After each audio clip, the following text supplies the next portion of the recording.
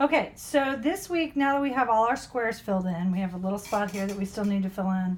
What we're going to do is work on unifying the grid drawing.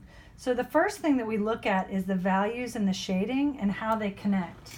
So for this process, you can take your viewfinder and set it to the side. Don't lose it, because if you have to check some proportion, you may want to look at that again. But you can gently lift your transparency. That will lighten your image so you can look at how to connect things. And you're going to go through the drawing. If you look up here, there's some separation in the squares. You want to go through the drawing, and I'm looking at the contrast in the couch, and I know that these wrinkles connect because I can see them there. I can see that these wrinkles here connect.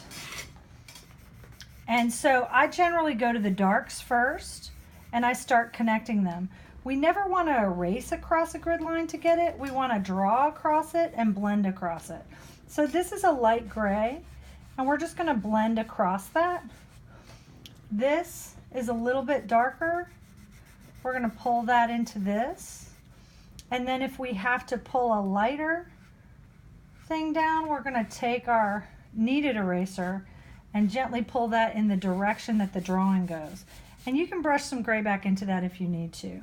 But you're going to go through and you're going to look at, so this wrinkle connects to these two things. You're going to pull that gray gently across, really 1, 2, 3 squares, and connect it. And then if this needs to blend in here and here, you blend that way first.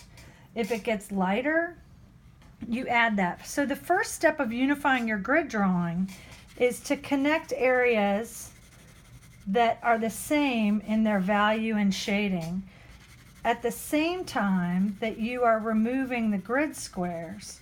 So you want to go slowly so that you're really getting the tone. So this is all blurred because it's that background, and it may need to get a little darker. So I told everybody to work to the mid-tone gray.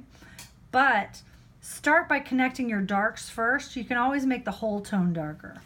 Now, that's the negative space. So we always start with the background. So I would finish the background all the way down on all sides. Then we're going to go into the actual portrait in this particular case. And we do the same thing. So we look at the hair. This connects here. And I'm going to use line to connect that where it goes up here. This is the lightest part, so I may need to add a little bit of gray. I also might need to, I'm going to turn the picture a little bit. I might need to get this dark outside of the head darker so that we can see that. If you notice, there's a grid line here. We remove the grid lines by lifting gently with our eraser. We don't want to over scrub, so start with the kneaded eraser, and if you have to, you can use your click eraser, but then you're going to pull the lines in where it's dark, and you're still looking at that. You want to make sure that you're referencing your photo. So as I look at this top part here gets a little bit lighter, and that's how I'm going to lose that grid square and connect it as well. Remember, you're still working with a sharpened pencil. And I would only look at one part at a time. So I started with the negative space. It still needs some work, but I wanted to move on and talk about the portrait. So the idea is to get the squares to line up by looking at the different things. So you're looking at tones and you're looking at texture. This couch has a smooth texture. This hair has a linear texture. So I'm going to keep a sharpened pencil, and I'm going to keep the linear quality of the hair.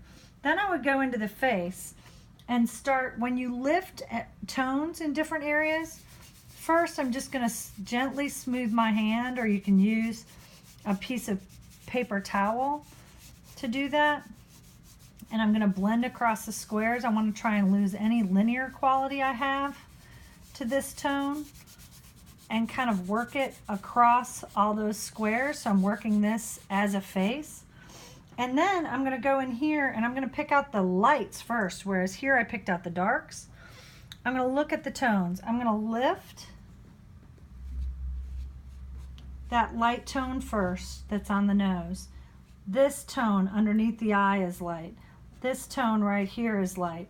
And you want to use a clean kneaded eraser for this. And I'm going to lift that on the cheek. Then this is in shadow, but the way that I start to see that shadow is by lifting this light part of the cheek that goes up here. I don't want to scrub too much. I'll kind of drag that across and I can re-smooth it. I'm going over a piece of hair that's here, but I can add that back in. This, if you need to get something darker, you can add some graphite to your margin because we're going to trim those off.